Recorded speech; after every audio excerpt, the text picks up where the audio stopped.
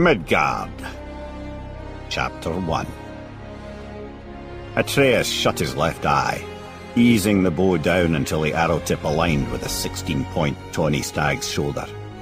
He steadied a quivering arm while narrowing his concentration on his prey. One shot. He would get it in one shot. Inhale, focus, exhale, release. The words drummed through his brain with a cadence that pounded like the blood vessels in his forehead.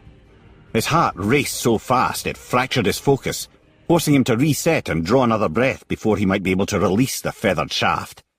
He had to do this. He had to show his father he could do this.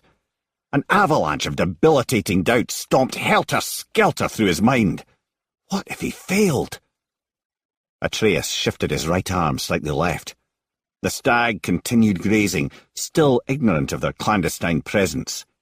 They had strategically crouched upwind. Fire only when the animal is looking down, he recalled from his mother's training. Feel your heartbeat. Slow it down.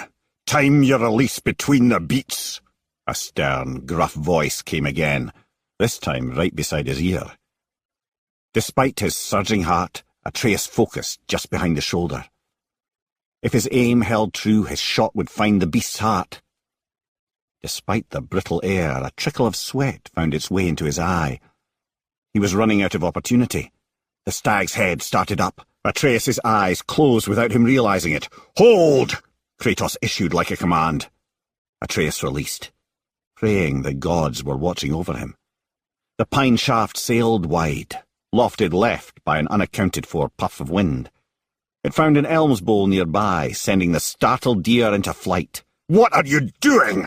Kratos exploded, steely grey eyes on fire, ashen skin as white as the clouds. Scarlet tattoos swirled across his torso as if the result of a hands-wide brushstroke.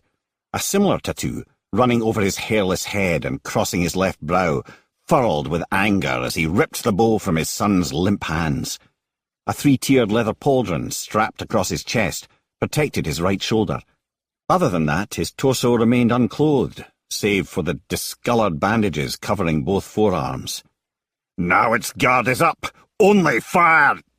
Kratos stammered through his thick, trimmed chestnut beard.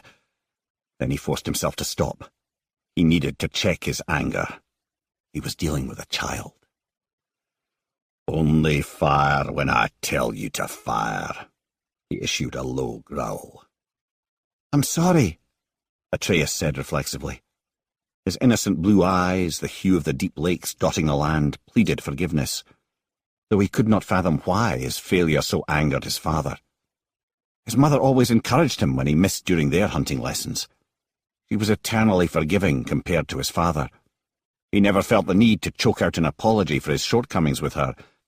It seemed all he ever did was apologize to his father for his errors, and his mother never revealed even the slightest hint of anger toward him.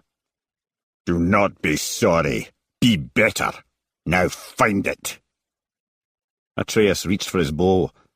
Kratos jerked it further away. "You missed your mark, boy," his father muttered. He launched himself from the cover of dense foliage to the path the deer had taken. "We are supposed to be hunting deer, not chasing them. Now we must run it down to finish the job." The razor-sharp words clawed at Atreus's insides.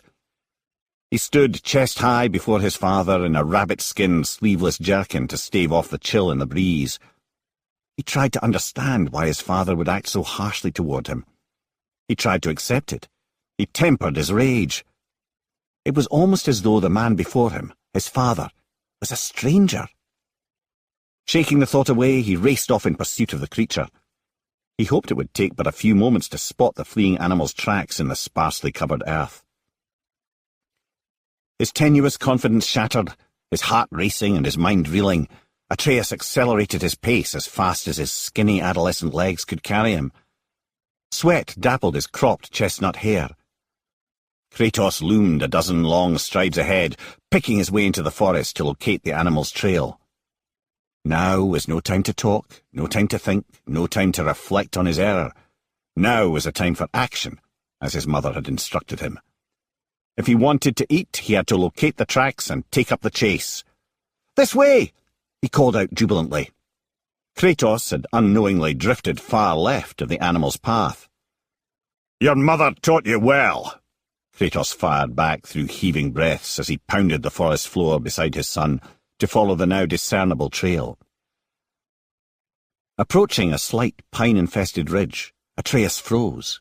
He spied